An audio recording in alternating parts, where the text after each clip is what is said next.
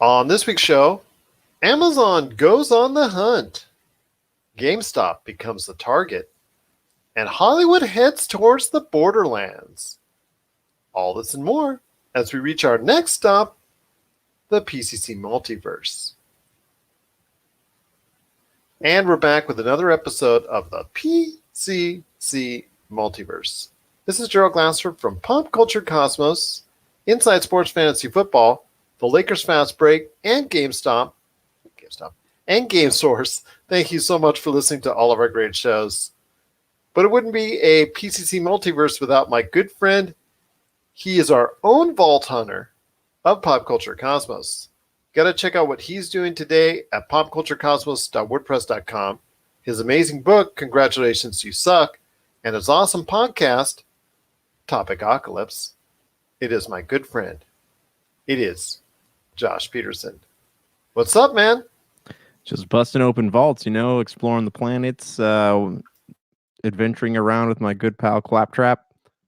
There you go. Well, that means you're in the middle of the Borderlands. And we'll talk about Borderlands coming up here in a sec. But before I do, I want to tell you this cute little story here. I'm reading on the internet here, the intranet, I should say, the old-fashioned intranet. And I'm looking at an article that says Martin Scorsese sent the director of the Oscar-winning Parasite, let me see, Bong Joon-ho, a congratulatory letter saying, you did a great job. Actually, I'll say, quote, I can't tell you what he said, quote, you've done well, now rest, but don't rest for too long. So basically, in a sense, he said, quote, you've done well with the movie. Congratulatory note, great job and whatnot. But my question to you is, do you think Martin Scorsese will ever send that kind of note to Kevin Feige? No, never. He will never go back on his comments. There's too much pride at stake here. He won't. No, he won't even go near that. Well, we'll say, a auditory congratulatory note to Kevin Feige and say this for what he's done so far in the Marvel Cinematic Universe. Well done on behalf of the Pop Culture Cosmos. But we got a great episode we've got coming up for you today. We're going to be talking Borderlands, the movie, got a director. We'll talk about that coming up here in a sec. Plus Uncharted, we'll give you an update on that movie. Plus we're talking Amazon's Hunters. That comes out this weekend on Hunters. That comes out this weekend on Amazon Prime. We're going to talk about a couple of GameStop exposés which came out on the same day from two different outlets within minutes of each other. Was there something going on? We'll talk about that as well. One of my favorite, sorry to say this, Rob McCallum, docuseries is going on right now, and that's on HBO. It's McMillions. If you haven't seen it yet, this is really cool. I want to talk a little bit about that later on the show. And Westworld Season 3. A lot of cool stuff finally happening in Westworld. Will it bring viewers back into the world of Westworld? We'll talk about that coming up later in the program as well. But first, my friend, Eli Roth, a name you probably know more about as someone who might scare you, Hostel and some other graphic movies that he's made, in a sense of horror, or just really stuff that's on the edge out there. He's been tabbed as the director for the upcoming Borderlands movie. So I ask you, my friend, as a Borderlands fanatic that you are, who's played through the entire series, does this excite you? Or is it something that makes you kind of nervous that it might veer off into a different direction?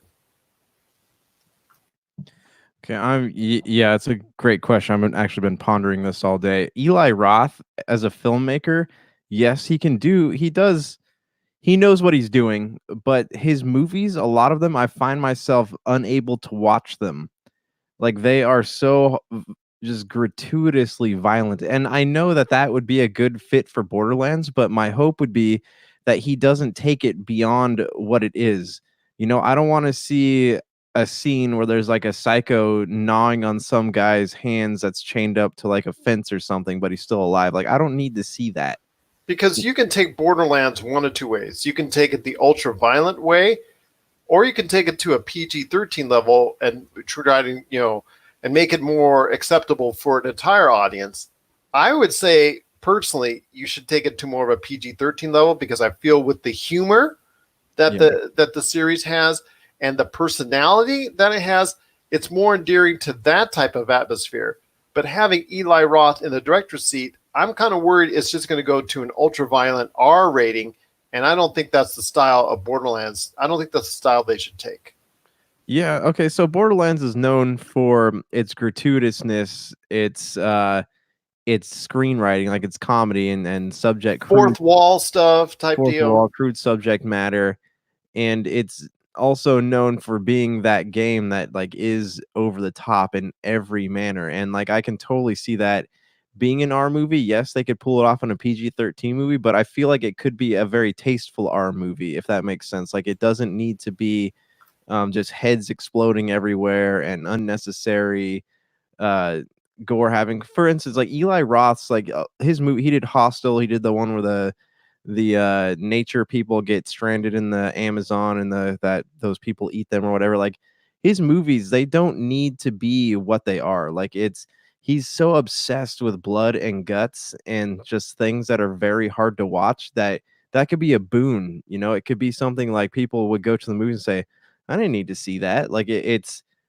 very dangerous giving somebody like him a property like Borderlands, because it could be good, but it could also go the complete other direction, you know. And I would hope that 2K games would not to or Gearbox would have a lot of creative control over what he's doing, because he feels like somebody, if he got full control, like it would turn into something that it just be an hour and a half to 2 hours of blood and guts, and it would get gratuitous and hard to watch after a while. Well, the Borderlands games themselves are rated mature. I get that. But to me, whenever I play through the games, it seems like it's a very soft, mature, like a soft R. So I see it, if you just make a couple tweaks here and there, if you made a movie out of it and whatnot, I think you teeters more on the PG-13 side rather than just go an R to be an R. To me, I think you wouldn't hurt the quality of it. You wouldn't hurt the perception of it. I think you could tweak it into a very, hard PG-13 and keep it as a PG-13 and make it more acceptable to a larger audience. Although the line between PG-13 and R and what people are willing to go see, that line is becoming blurred more and more each and every year. I mean, we're seeing Bad Boys for Life. That was rated R. That did extremely well. Birds of Prey, unfortunately, as an R-rated movie, did not do so well. But we've seen where The Joker weighed over $1 billion. So that line is becoming blurred when it comes to PG-13 or R. So maybe I shouldn't harp on that too much. But I'm thinking for this type of film and the way it's created, if you want to make it anywhere near the style of the games and in that world, I think it caters more to a PG-13 rating as opposed to making it something of a gratuitous, violent R rating type deal. I just don't think it needs to go in that route to make it full of that type of deal. It just doesn't seem to me like, if you're making a Call of Duty movie, like there's been rumors of a Call of Duty movie forever now. That to me is an R rating. That to me is something that I think you're just going to have guys going out and just be your basic, mission type deal. And that is, going to use a lot of swearing, a lot of gratuitous violence, things of that nature that justifies the R rating. When it comes to Borderlands, you see a lot of comedy, you see a lot of styles, you see a lot of sci-fi and fantasy. I don't think you really need to go ahead and push the limits on that one just to have an R rating. Yeah, I mean, yes and no. I feel like with a PG-13, if it needs to be R-rated, then yeah. But if it's also I feel like PG-13 would be fine, but might also restrict what they'd want to do, especially if you're hiring a director like Eli Roth. You're not going to be making a PG-13 movie. I feel like it could succeed as a PG-13 movie, but again, like it seems like just out the gate here, they're looking for something that is a hard R rating. The question is it going to be a tasteful R, or is it going to be something that just is you walk out of the movie theaters going, geez, I did not even need to You just watch Rambo in space. I just watched Rambo in space with robots. So, yeah, that's something that obviously is going to be the question coming up when you have Eli Roth as a director. Uh, Mind you, like I said, I don't think that there's any way, shape, or form that's going to happen to be a PG-13 type movie. Now that Eli Roth is in there, I agree with you 100%. I just wish they would have gone ahead and thought about the series as a whole, because to me, the whole game is not. It's just not as hard or violent or an extremely mature rated game as much as in the sense of some of the other shooters that are out there. I just don't hold it in that same type of regard. So maybe that's just me. I think it's closer to a T than it's right on that edge between a T and an M for me as far as rating wise. So I was thinking maybe you could go ahead and do the same thing and make it more to an acceptable, larger audience than what you would go ahead and do for maybe if it's a straight hard R, because this is a property that, while it's familiar to you and I as gamers, it's not familiar to the whole the general consumer out there as a whole. So you want to try and introduce something like that, and I'm not sure introducing it as an R-rated movie is going to make it acceptable to a larger audience. Yeah, that's a very fair point. I just like it. We can't. Okay, look at this. Borderlands fans, as we've learned with the whole like Epic Store versus Steam Store thing, like they are a very hard bunch of people to please. Like they are very particular about what goes into their games, where they're sold, and all that. So it's hard. Like you really with the This almost feels like a Star Wars property to me. Like you can't win. You have to do all the steps in the right way in order to please people. And I don't think that this is a movie that will be made for people who aren't fans of the game, but you're right. It does need to be done if it's going to succeed, monetarily. It needs to be done in a way that could be a big marketing thing for the game as well. Like, you go to see this movie, you enjoy it, then, oh, hey, I'm going to go check out the games. Or if you're someone who plays the games and you want to walk out going, "Oh, that was kind of a fun walk back into Pandora again." So it's just they got to be careful with this, very careful, especially since we're talking about video game adaptations. And I'm curious if Sonic had anything to push, but yeah, it's I see both sides of the coin. But Borderlands is also one of those properties that is not it's not very universal. It has a very particular set of fans. That is true. And I think, like you were mentioning previously, that you were wondering if the success of Sonic the Hedgehog, and this is something we speculated over the past week or so, that the success of Sonic the Hedgehog, if that spurred into motion all these video game ideas. I mean, we talked about Crossfire from Sony, also talked about the Uncharted movie before, which we'll talk about here again in a sec. But we've also talked about other ideas that we've gone over being great video game ideas, and Borderlands is something we didn't even mention. That is something that is going to be, I believe, be a good idea and a good basis for it's going to be a very solid foundation for possibly even a full run for a movie series, a trilogy, or even more if you go ahead and play it outright. I'm not sure if Eli Roth is the guy you want heading that up. If it depends on what you see the series as, what you see the movie as, what you see the video game as. If you see it in one form or fashion, you see it as a one-off movie.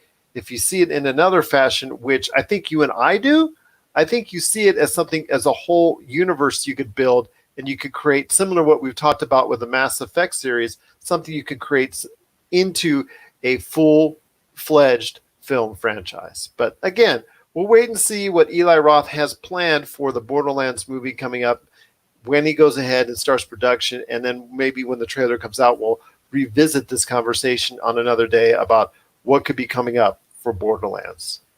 What are your thoughts out there on the Borderlands movie and Eli Roth sitting in the director's chair? Share us your thoughts, popculturecosmos@yahoo.com. Well, Well, Josh, I want to ask you real quick, speaking of movies, and we just talked about Uncharted real quickly, and we have over the past week, it's come more and more into light. Again, based off the success of another video game movie, Sonic the Hedgehog, like we were talking about, as it nears the $100 million mark here in the United States and over $200 million worldwide. I want to ask you this. The Uncharted movie, good news for fans out there with an update on the Uncharted movie. It is coming. It is going into production in about 4 weeks from now, which is great. Which is a great sign for you and I, Josh, and other fans out there of the Uncharted series, because we've been talking about this as a possible movie forever, and it's gone through like 300 directors and stars who have to come in, come out, left. We've had our own ideas on who should play Nathan Drake and all that. I'm still sad that that's not going to be the case. But again, it is Tom Holland. His name is pushing this idea. It's pushing it with Sony. It's going in production in 4 weeks. And one of the latest comments he said this week was that the movie is getting a lot of inspiration from one of the Uncharted games, which is great because that's where it should come from. But the movie it's getting some inspiration from is Uncharted 4: A Thief's End, which is right now, as of now, which I don't think will stay that way, but as of now, the final entry in the story of Nathan Drake. But Tom Holland's young. It's going to be a younger Mark Wahlberg playing Sully. I mean, it's going to be Mark Wahlberg playing a younger Sully. So I ask you, my friend, is this something that's kind of out of the blue, that's not really exactly the best way to go about the Uncharted series? Because I'm kind of confused on how you would have a younger Tom Holland not playing a younger Nathan Drake, but in the sense of playing an older Nathan Drake, because if you're basing it off, well, you know what I mean? It gets me all confused on that. I just don't understand what they're going ahead and what they're thinking when it comes to the Uncharted movie, if that's the case.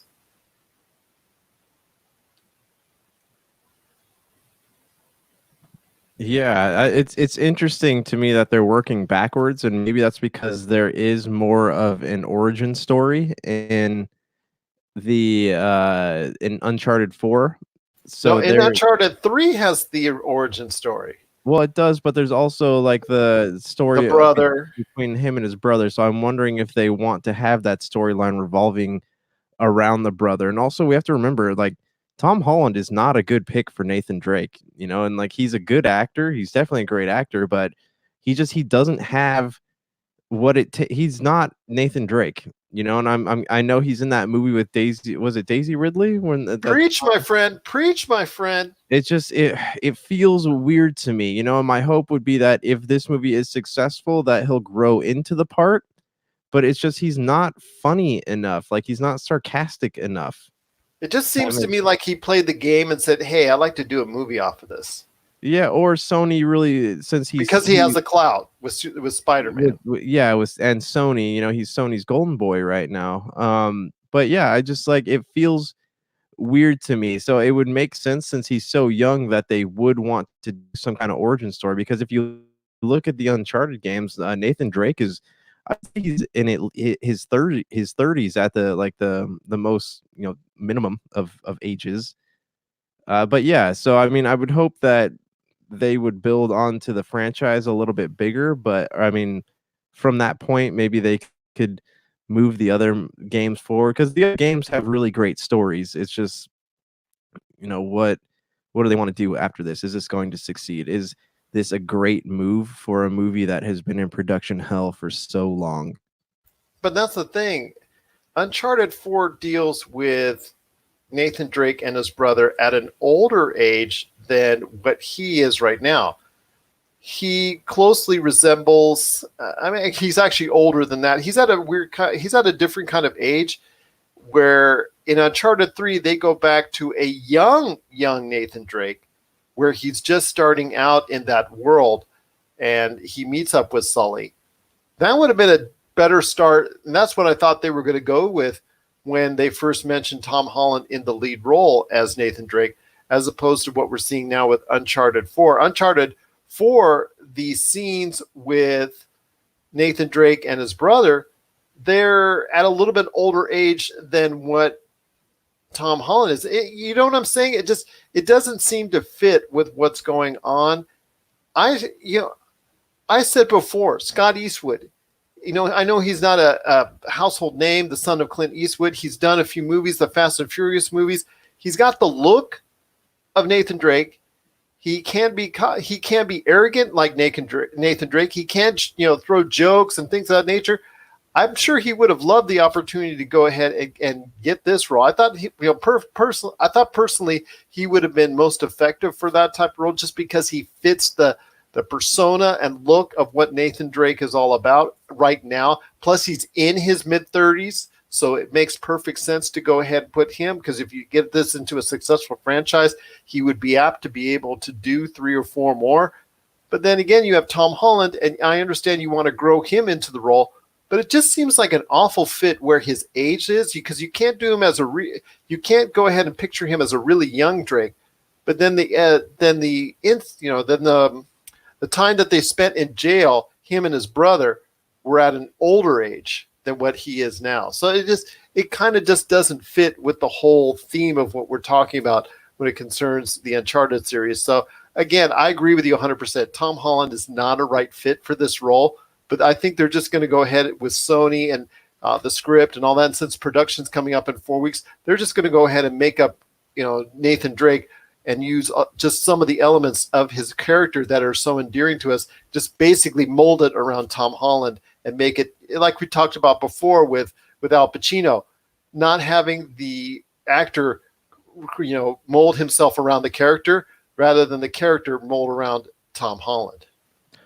But here, this leads me to my next question. Why make it an Uncharted film, though? Why not just make it some kind of like action adventure Indiana Jones type thing? Well, I can tell you, Sony's been dying to use that franchise. And, I get that. And it's gone through several directors. I think, 6 or 7 directors it's gone through. It's gone through everyone from Seth Rogen to so many other different names that are out there. And they've all come with different scripts, different ideas, different approaches to it. And it just seems to me that, like you said, it could have done it under whatever name they wanted to give it outside of the Uncharted series, and they probably would have been better off, because you don't have to tie it down to whatever fans' expectations are of what Nathan Drake should be on the big screen. Like mine, for instance. I know exactly what I would like to see out of Nathan Drake on the big screen, and it looks like right now, Tom Holland, that we're not going to get it. I would say, to be honest with you, Mark Wahlberg is probably a better Nathan Drake than Tom Holland is as an option as Nathan Drake right now. Well, I'm surprised after that short film that Nathan Fillion did that they did not pick him for the role. They did not move forward with that. I'm curious. I wonder what happened behind the scenes after he put that out. But yeah, it feels like there's a lot better choices. Like, and this is nothing against Tom Holland. He doesn't have like the sarcasm and the wit. He doesn't have the physique of Nathan Drake. He doesn't look anything like Nathan Drake.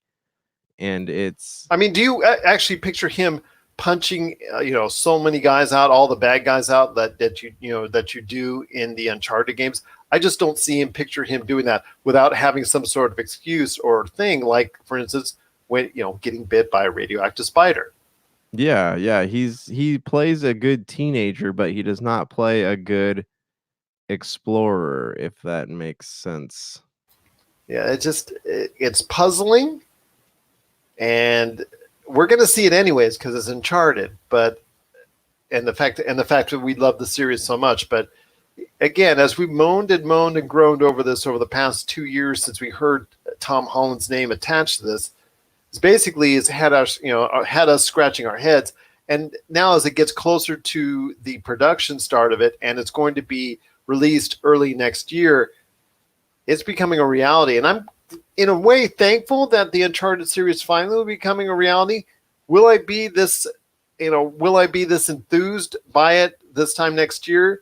I'm very apprehensive about that, because I'm not sure exactly if this is a really good fit between Tom Holland and the Uncharted movie. But again, I got to try and have an open mind. I'm very nervous, however, because it's my favorite video game. It's my favorite video game series of all time. So you can forgive me if I'm just a little bit apprehensive.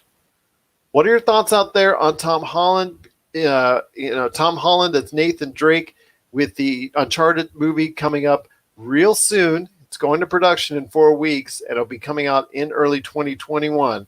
Share us your thoughts, popculturecosmos at yahoo.com.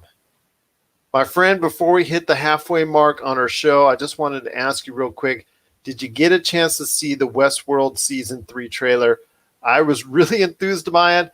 Tell you what, it looks really good, and there's a lot of nice things to say about it. It's an all-star cast. I don't know. It's actually getting me back interested once again in the Westworld series because season 2 was kind of a downer, and I just left halfway through. So, what are your thoughts on Westworld season 3 and the trailer? Does that get your interest back up into the series? Yes, and also no. Here's the thing. With Westworld, what made me really into it was the whole concept of these machines in this theme park, and also like the Western aspect of it. And now that it's kind of it's shifted genres, like it's become something completely different from what it was originally intended to be. Like it went from being this thing about animatronics gone wrong to something more about like life and evolution, and then went from being a Western to being something more of like the Matrix and Terminator mixed together. A lot of mystery surrounding it. I am interested in it. I definitely do want to watch it, but I feel like it's become something completely different from what Westworld's first season was. Like it's changed genre. Oh, it definitely has. It's become something completely different when it was this controlled, almost theme park type setting.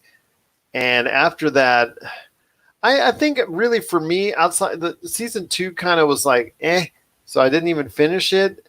But season 1, the way it ended on such a weird note as far as everybody get blown away, including Anthony Hopkins. And it was kind of an up and down series so far that first season. I was like, I'm not sure back and forth whether I really wanted to go ahead and continue the series. And it kind of just like teetered off for me in season 2. But season 3 for me seems like more, upbeat, action oriented.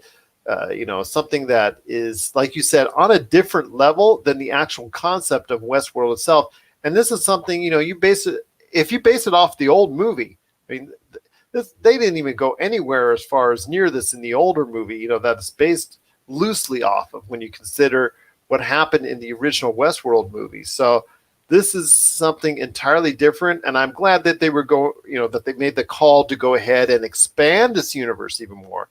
But it's really something interesting. And again, HBO's power in getting all these named stars, that I think is the most impressive thing, because Aaron Paul for Breaking Bad is now part of this all-star cast. And I'll tell you what, it looks like it's something that is going to be really good. I like the dynamic that it's now potentially Thandie Newton is going to be somebody that was an android that was once looking and searching and wanting to go ahead and explore her own individuality, ending up betraying the androids that she was partnering and lining up herself with in the first place. So it's beginning to look like that. So I'm very interested to see how that happens and what that dynamic is.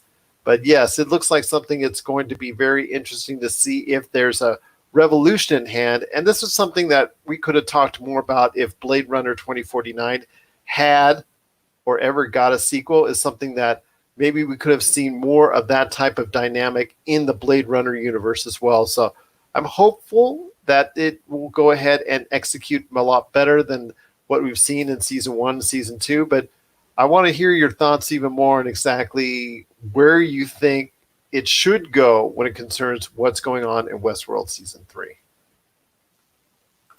So I would like to see what's his name, the doctor that found out he was a robot in the last season. I'd like to see his character come full circle. I really like the security guard that's been like consistent through all of them. He's actually, I loved the dynamic between them two in the last season. I'd like to see more of that. What I would like, I don't know. I would love to see. I'm sorry, the names are leaving me right now, but Well, Evan Rachel Wood is in the yes, title role, and then you talk Evan, about Jeffrey Wright earlier as the one yeah, who finds Jeffrey out Wright. he's an android. Yeah, so I would love to see Evan Rachel Wood and Thandie Newton kind of become not adversaries, but enemies. I'd like to see them kind of create these factions and have them facing off against each other. That would be really cool to me. Maybe she um has this realization that, like, yeah, this girl needs to be stopped, and like I'd love to see them team up. Other than that, like, I don't have any expectations, man. I don't even know what they're doing, where they're going. Obviously, there's not enough of them to take over the world. So I don't know what's happening with that, but I'm definitely interested to see where the next step goes. And Ed Harris is the Man in Black. He was prominently featured in the trailer with Evan Rachel Wood. So, yeah, seeing that dynamic, exactly what happens, especially emanating from full circle from what happened in season one, it looks like it's going into a very strange place between those two. And you're right, the the adversarial relationship, I should say, between Thandie Newton that is created against Evan Rachel Wood when there was actually sort of going to be like they were aligned together. It looked like they were going to be aligned together. Is very interesting. So I'm hopeful that this will start executing better on a larger or longer basis than what I've seen, where it's been basically hit and miss for the first two seasons. I know this is HBO's, post Game of Thrones big ticket money, drawing in type. They really want it to be their big. They really want it to be their big Kahuna. They really want it to be their big show going out. I mean, they've got a lot of other great shows. In fact, we're going to be talking about another of their shows on the HBO network here in a sec, but in a few minutes. But right now they clearly are putting all their weight behind Westworld with the heavy duty cast, special effects, and it's just something that I think I'm interested to get back into, and hopefully a lot of other fans will as well, because again, season one and season two has its ups and downs. But you know what? I'm going to go ahead and give season three. I'm going to go ahead and give season 3 of Westworld a chance. Hopefully, everyone else will as well. What are your thoughts out there on Westworld season 3? The trailer's out. Have you seen it? Does it get you back into the whole realm of Westworld? We want to hear your thoughts. Pop Culture Cosmos, Humanica Media, and Game Source on Facebook, Twitter, and Instagram as well. Well, my friend, we're past the halfway mark on our show, and there's still so much to talk about. One thing we saw before we went on the air is something that's coming out on Amazon Prime this weekend, and that is Hunters, with starring Al Pacino. Nice cast and crew there along with him, basically going after the Nazis in a 60s or 70s, excuse me, probably most likely a 70s type setting. It looks like a 1970s setting. So I ask you, is this something that really intrigues you? Because what we've seen so far looks like it's going to be a hunt and kill type scenario with the Nazis, trying to get rid of the Nazis one by one, trying to go ahead and do it in the cloak of secrecy, while the government itself, the U.S. government, uncovers all this step by step, very slowly, step by step, and all that. But they're going to go ahead. They try to go ahead and uncover this battle between the hunters and the hunted in the Nazis. And then also as well, don't forget on top of that, the Nazis in some form or fashion are still looking to go ahead and try and form some alliance and organization, and maybe possibly try to go ahead and wreak havoc upon the world once again. Yeah, it's got this like slight Wolfenstein vibe to it. I don't know if you felt that when you were watching it, but it reminded me of like a mix of Wolfenstein's like story and humor with the boys. Them hunting down the Nazis and things like that. I think Logan Lerman's a really good actor. Like, I thought he was great in Perks of Being a Wallflower, and it'll be interesting to see whether or not he can pull off a part that's a little more violent and serious. But And it, does have that kind of setup that the Boys did in its first season, where you right. have the unwilling victim, basically pulled into this whole type of scenario. So it may be, at least at the start, a been there, done that type deal, similar to what we saw in the Boys. Yeah, right, exactly. Exactly. But yeah, no, it looks good. I mean, I love the idea of like it also has kind of this like Snatch feel to it. You know how like they in the movie Snatch opens up and you have the kind of like Jewish pikey humor, it kind of has that a little bit of that going for it also. I just hope that it's not something that is going to I hope it has like an overarching story, it's not just about them hunting Nazis because I feel like that's been done so many times before. I want to know what makes this show special because I'm entertained by the trailer and I'm into it, but I just want to know like what's going to make this stand out as opposed to like Man in the High Castle or or The Boys or any of the or Wolfenstein or whatever. What's going to make this one stand out? Like why is this one worthy of my time? It looks fun, but what does it have that these other shows don't? Because this whole like hunting Nazi theme, like it's entertaining, yeah, but it's been done a lot in a lot of different mediums. And I think it has to be the subplot of the Nazis trying to form an organization once again that will, like I said before, wreak havoc upon the world. I think that's, you see little bits of glimpses of that in the trailer where it looks like they're forming again something that was trying, at least through nefarious means, underhanded means, under the radar means, to go ahead and undermine the American civilization in the trailer. I think it looks like they're going ahead and organizing some sort of type of front that they're going to go ahead and, if the hunters don't stop them, that will succeed in a way that will be very bad to the country, at least as far as from the storyline standpoint. So it's something that I'm interested in seeing. But again, like you said, you don't want it to be just, okay, let's kill our Nazi for the week and that's it. We want it to have something more of substance, and it looks like that's probably the way that they're going to go. And you're right. Wolfenstein did those themes very well on the what if scenario and how you fight against it in their two games that were rebooted. I want to see something like, done not in that same fashion, so to speak, but something done in the context where it makes me care about the overarching theme, about how the hunters can go ahead and stop not only just the one individual that they're looking forward, that they're looking at, but also as well the organization that's behind it and how they can go ahead and stop it as a whole. So I'm, hoping, I'm still on that hope thing, but I'm thinking that at least I'm going to give this a chance to start off with. Whether or not I stay with it is going to be up for debate, because you and I both have such a affection for the Boys. And if this is just going to be like the Boys light, I think you and I are going to have so much trouble trying to stick through it, because of the fact that we're going to see so many things that are similar to what the Boys did, but the Boys did it so much better.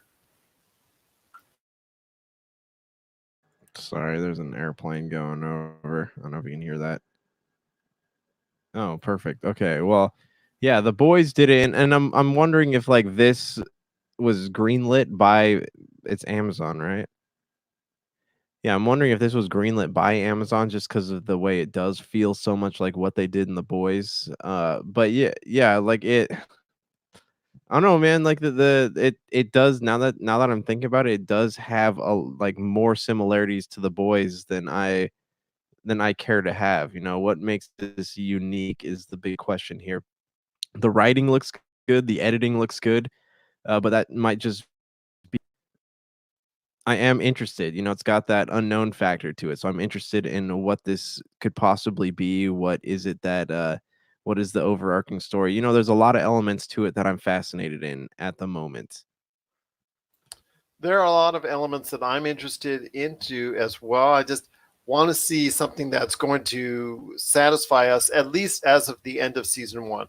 I know they're going to probably put a climax or some type of, stay tuned to the next season, something that will be shocking or something like that, that will be mixed in there probably around the end of season one, similar to what the boys did when they ended their season one. But they ended it on such a great note that it makes you want to go ahead and to watch season two. So I'm looking forward to that for Amazon's Hunters. I want to give it a chance. In fact, I'm going to give it a chance, but whether or not I'm going to stick through it or it's because that's something I don't like when I watch TV shows is, okay, when you watch a murder, watch one of the crime scene investigation type shows. Okay, it leads you to X killer at within a span of 48 minutes. That's basically not counting commercials, of course.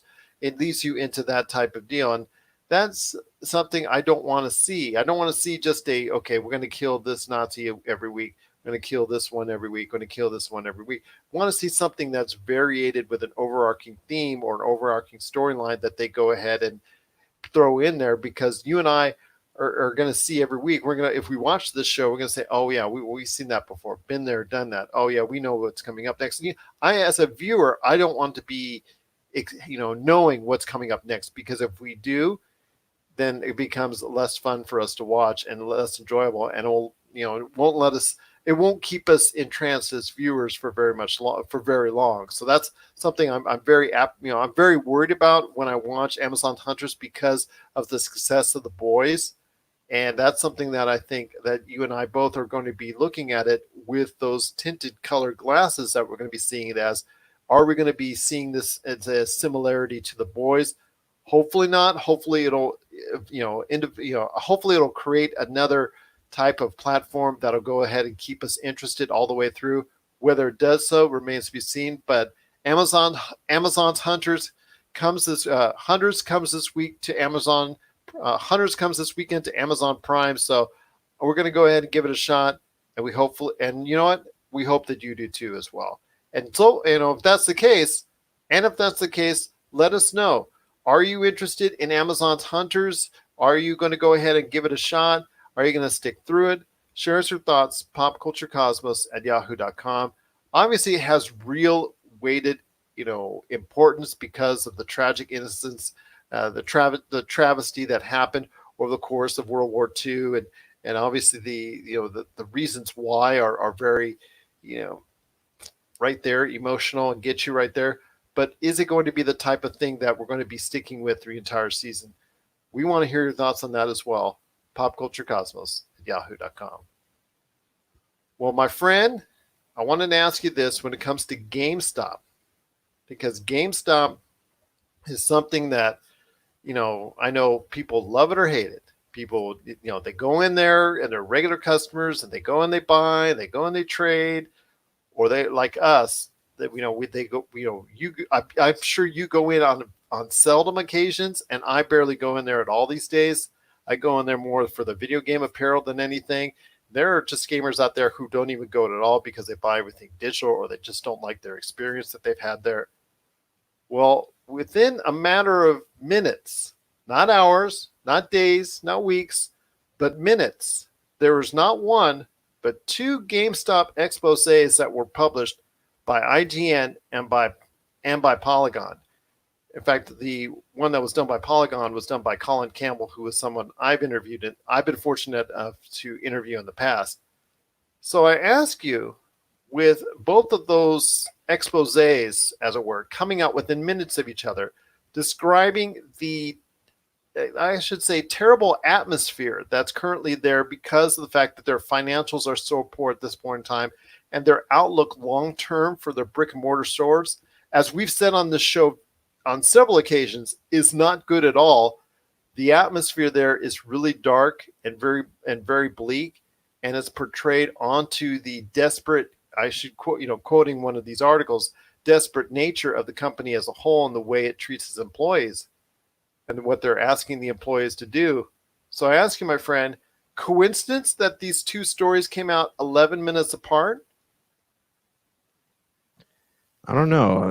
It seems like it's not a coincidence, but also it feels like somebody on the inside went to both Polygon and IGN with these stories, or there's an angle they're playing. Like maybe it's some kind of outside company paying them to make these exposés on GameStop because they want to finish putting GameStop out of business.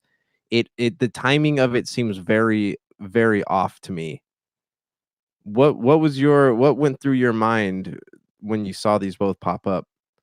Because I'm gonna tell people what I do when I go ahead and I post interesting news stories each morning. That's usually around in the 7 o'clock hour, 8 o'clock hour, whatnot here Pacific Coast time.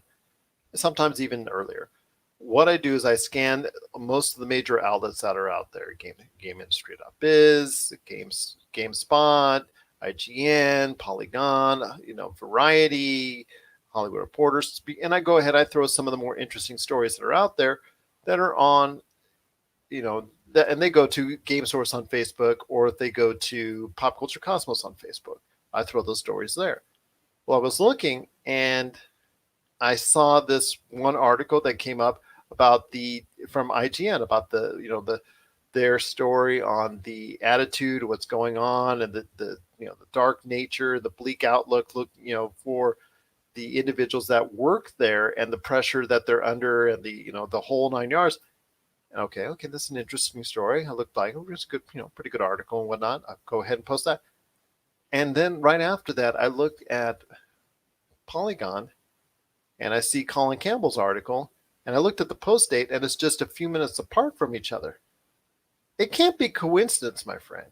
It certainly cannot be, especially the way that these outlets, if you're on the inside, that they know each other, they've worked with each other. A lot of the individuals are colleagues with each other. They, when they're all at E3, they probably pal around and drink beers with each other. So you cannot tell me that it's a coinky dink that Polygon and IGN happen to be putting two relatively equal articles on the depressing state at GameStop within minutes of each other by coincidence. You just can't tell me that's the case. I've interviewed Colin Campbell. He's been very gracious to me. But again, I'm not sure if he would tell me straight up, but I just don't think it's a coincidence that these two articles were posted so close in time. Yeah, it sounds like there's either something's going on the side of Polygon and IGN, or there's some kind of movement inside GameStop to kind of expose this company, which is also weird because doing that would put you out of business unless there's a paycheck behind it. I don't know. There's a lot of strings that could be being pulled right here, and as somebody who, like, yeah, I do occasionally go into GameStop. I've been using their 4 for $10 pre-owned game deals, but it's not the store that it once was, and I would much rather go to the mom and pop brick and mortar shops. Like, I love retro game stores. Our good friend Doug, owner of Retro City Games, he's got Yeah. a pretty good business going on. Him and Nicole run a great store at both here in Henderson and also right on the Las Vegas Strip. So we've never had a problem with them. Yeah, They're and awesome. every time I've been into a GameStop recently, like, I've heard the employees complaining. Like, I went to one over in Long Beach down here, and they were talking about how, they got these high bills to pay and they work all the time. They don't get paid enough. And then I was at one in the mall a few weeks back, and the guy was saying that, like, he was working this shift at this one, and then he had to go work another shift at another one. I don't, it feels like there is a lot of unhappiness and a lot of pressure there, because a lot of these people don't know if they are going to be having jobs, next week or next month. But where's it all stemming from? Are there really pressures being placed on them? Can't GameStop exist as an entity online also? Like, can't they get into the digital shop deal, or do something like Netflix has done and do a streaming game service? It feels like they're trying to be, I don't know, their games are always kind of overpriced too. Like, they're not quite sure what they want to be, how much they want to sell things for, what kind of company they want to be. And yes, I can totally see some unhappy employees going to both Polygon and IGN and kind of trying to sell this story to them. But it was just very interesting to see how close in time and how close in proximity both were being published. So it kind of makes you wonder what kind of front is being, done, or what's being done behind the scenes at GameStop to go ahead and undermine their own business, because it was all about employees with their names being changed for the purpose of the article, talking about how the higher ups are putting all this pressure. And I see it when you go. I see it when I go in there. Every time you call them, they've got this whole long spiel. I mean, when I was running Game Crazies, we did have a little bit of a spiel, but it wasn't really that bad. If you didn't do it, you didn't do it. It wasn't something that was going to be life threatening because you're good. They're going to come into the store anyways because you treat them well. You treat the customers well at the time of their experience, and they'll come back for more. That's the goal. And the problem is you don't go ahead and just bludgeon them to death with a whole bunch of lines, a whole bunch of spiel and things of that nature. People are more apt to go ahead and purchase extra things if you go ahead and make it a comfortable environment for them, not the opposite. But right now, most people that are, according to the stories, most people that are working at GameStops are feeling so much pressure that they're making an uncomfortable experience for their customers. Right. And can you hear my dogs drinking water? Okay. Yes, no, I agree. Yes. And here's the other thing. Like you go into the mom and pop brick and mortar shops, like especially like I've been to a few down here, and the people who work there, they actually take the time to talk to you. They want to know, how are you doing? How's your day going?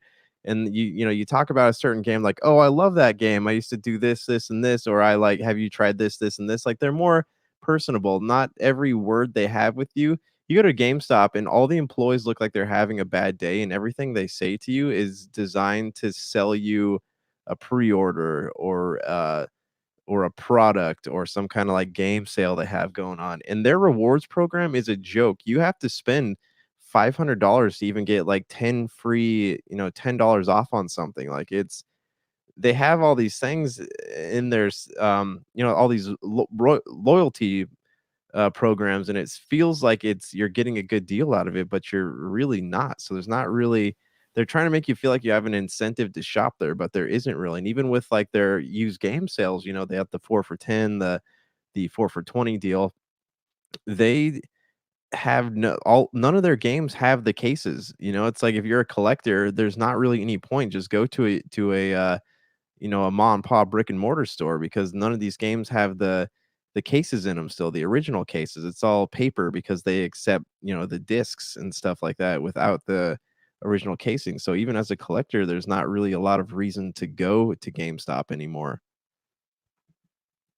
And that's a shame because GameStop was such a big part of I say the decade of the 2000s, where you had the PlayStation 3, Xbox 360, and even into the Wii, where it was just so important. You had to go to a GameStop or, where I was working at Game Crazy, because we were attached to the Hollywood video stores, and you had to go there to go ahead and get the latest and greatest.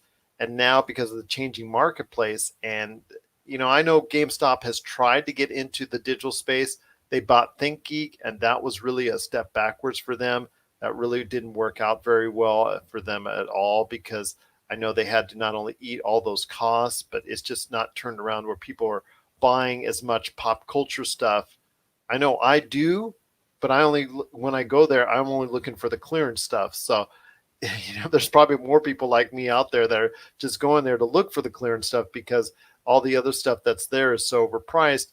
And the fact is that their online business and the digital business itself has not been as friendly or as the way inviting for GameStop as hopefully they were trying to make it out to be. I mean, GameStop.com is not it's not a place where you go first. You go to Amazon.com first, even if you pre-order, which these days, you and I, Josh, you and I know, Josh, is something, pre-ordering is not something really you needed anymore. It's not really anything that's Right. important anymore. I mean, you can get it. You can get any game you want out there outside of maybe a specialty item, a specialty product.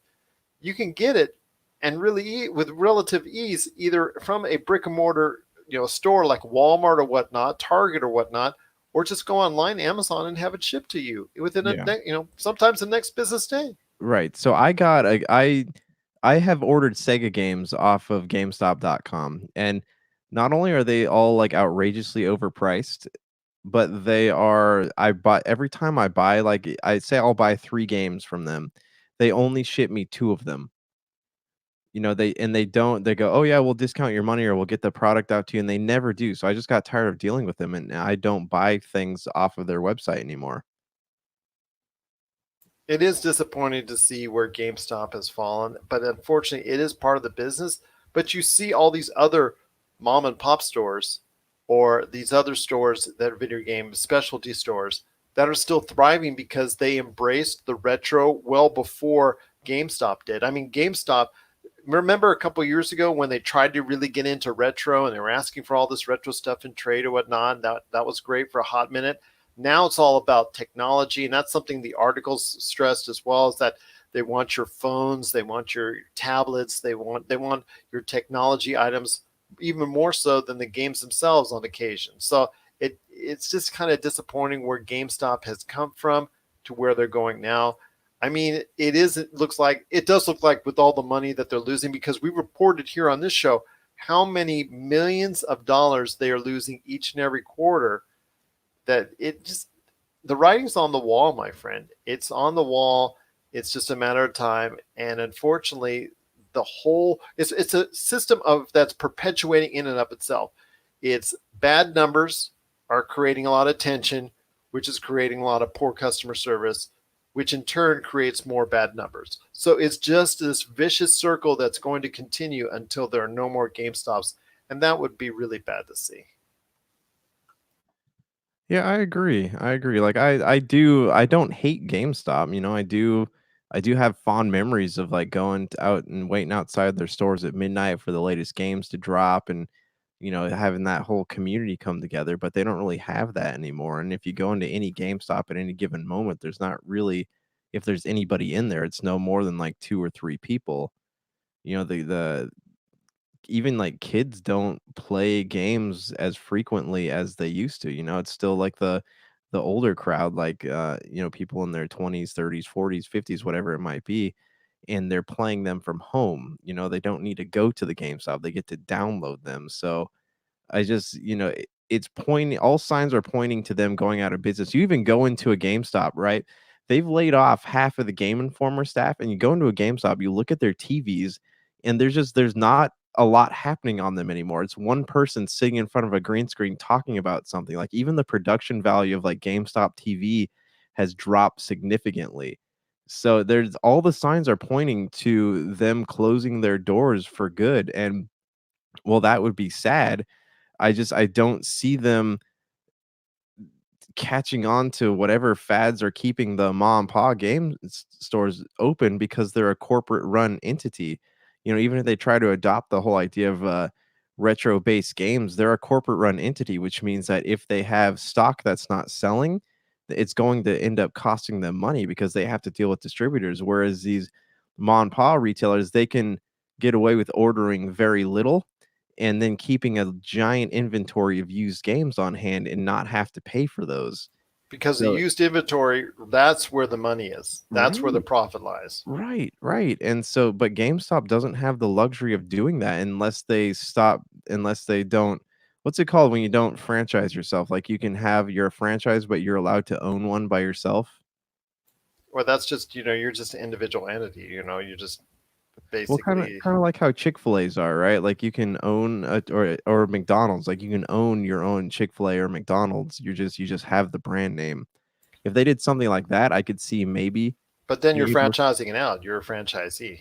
Yeah, that's Because then true. you're using their system of delivery. They're using, it's Yeah. a whole thing. When you put, let's say, the $200,000 down to go ahead and open up your own GameStop or open up your own Chick-fil-A or whatnot, you're also asking for their distribution system. You're asking for their Mhm. packaging, their uniform, everything down to Yeah. their uniforms. You're asking for, help with costs with that. So it Mhm. is, at this point in time, it got to be like a franchisee or something. But or you could say like a licensee, but it's more like a franchisee type deal with GameStop. So I mean, because you would be, along with just having the name, you would have to probably buy into their whole system and their whole ecosystem and the way they do things. So because if you have a bad experience at said, whatever place, Chick-fil-A, GameStop, whatever, that's a single entity like that, that reflects on the whole company. So you have to look at it as a whole. They have to adhere to some of those type of things.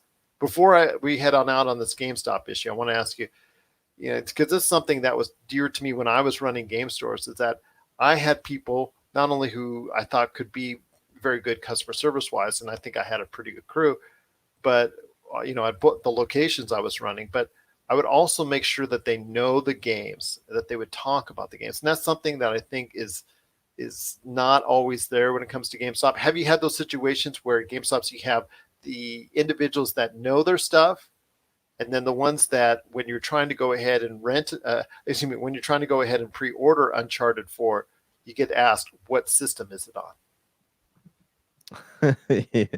Yeah, it's happened a lot. Like I went and asked them if they had Halo Wars, and they go, "What system would you like it on?" Well, as far as I know, it's only on one system. And you can go in there and you can immediately point out the people who don't play games versus the people, or the people who do play games versus the people who are, they're corporate. They're there because it was a job, in corporate, they care more about the numbers than they do about the actual games themselves. You can point them out immediately.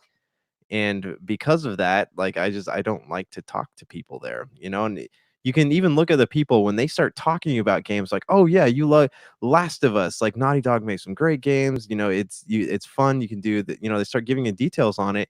And then you look over at like the person who's obviously managing the store, and they're like, they look at them like, "We don't have time to talk to customers. You need to get him out the door so that we can help the next person." Like, there is pressure. Like, I can totally see where that article has a lot of merit.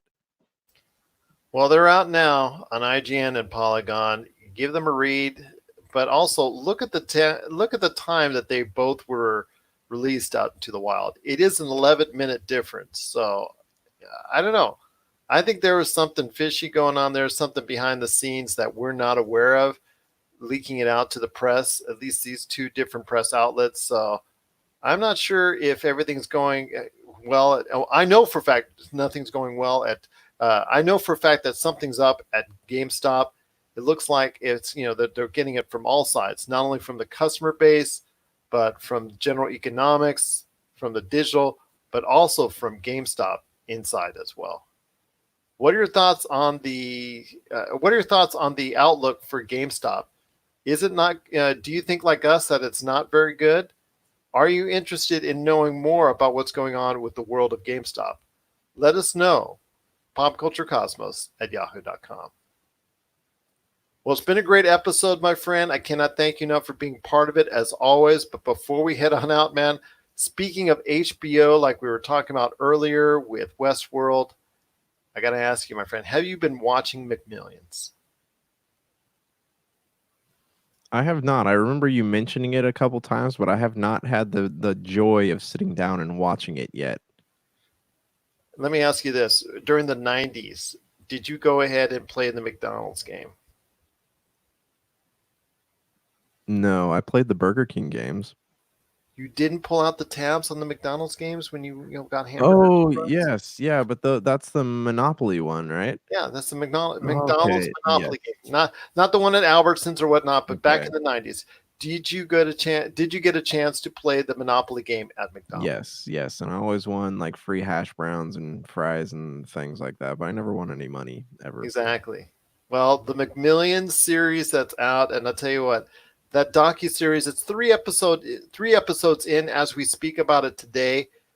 It is really good. It is something that, I'm sorry, Rob McCallum out there, our good friend out there who makes documentaries, but this is something that could be, well, so far it's shaping up to be one of the best docu-series I've ever seen. And it is really some good stuff out there, going behind the scenes of the crime, the criminal activities, the stuff that's going on, where, you know what, we can actually say this was 100% fixed on all the major prizes that were won, and the deep inside and the FBI investigation, and what McDonald's knew and didn't know, and who exactly was running it and all that. Oh, we're learning more in each and every week. I think it's going to be 6 episodes long, if I'm not mistaken. There's a great podcast to it as well. So if you get a chance, check it out. McMillions on HBO, Josh, and everyone out there.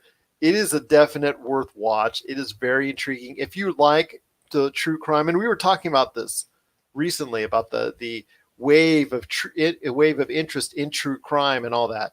This is something that will really get you going as far as this is concerned. Also, because anybody who's our age or your age or older that played the McDonald's game in the 90s at McDonald's, the Monopoly game at McDonald's in the 90s, that makes you really just angry, because if you spent all that extra money just trying to get that game piece, the boardwalk game piece, or the $1 million winner, or the $25,000 winner, or the Viper, or anything like that, this is going to make you mad while watching it, but it is really, really, really good.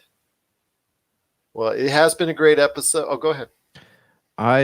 You've made me very curious, because now I want to know like why it's going to make me mad. I always had a feeling it was rigged and no one would ever win anything.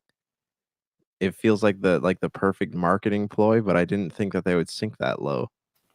Well, it wasn't exactly like I said. You just gotta watch the series and see where we're at, because it is 3 episodes in as we speak. It comes out every Monday on HBO, and it's not McDonald's per se that's guilty. Maybe McDonald's, obviously gets some blame into this, but it was something that was very shady. It gets into some pretty heavy duty criminal stuff. It gets into some pretty nitty gritty true crime, but it is definitely an interesting watch and one of the best docuseries so far that I've ever seen. So, Josh, anything? It's been a great, like I said, Josh, it's been a great episode. Cannot thank you enough for being part of it. Any last thoughts on the way out? Any games you're playing or anything else that you want to talk about before we head on out? Very dry time for games. I do want to play Animal Crossing, but that doesn't come out till next month. I'm still playing Dragon Ball Kakarot, and I was telling someone this the other day. It's a very repetitive game. Like, it's not fun. I was loving the Dragon Ball Z. I always thought that it would be fun to have like a Dragon Ball Z RPG. And as I'm sitting there playing this game, I'm like, maybe I didn't need that. Maybe that was not like the game I was hoping for, because you're literally just playing the cartoon, and I've seen the cartoon at least 7 times all the way through. So why am I doing this? What is my motivation? And I even find myself like rolling my eyes at parts that I rolled my eyes at in the cartoon. So I'm about to stop playing this one. That's a shame, because you are a Dragon Ball Z fan. So this won't stop the Dragon Ball series from coming out again with something else again very soon. Because again, Dragon Ball Z loves to again come out with stuff each and every year. At least seemingly, anyways. So for Yeah, they'll come out with something. They'll come out. It'll be an add-on for this or another, like Dragon Ball Fighters, because that was a huge commercial success for them. They're not done. They'll come out with something. talk about bleeding a series dry. This one, they're going to make sure that the actual rag with all the blood is just bone. Well, okay. Before we go out, what do you think about the Disney buying Dragon Ball? Have you heard anything about that? I didn't hear much about that. Let me check to see if there's any update. There's like rumors floating around that Disney purchased them, and they're looking to make this like the next big live action franchise for Disney.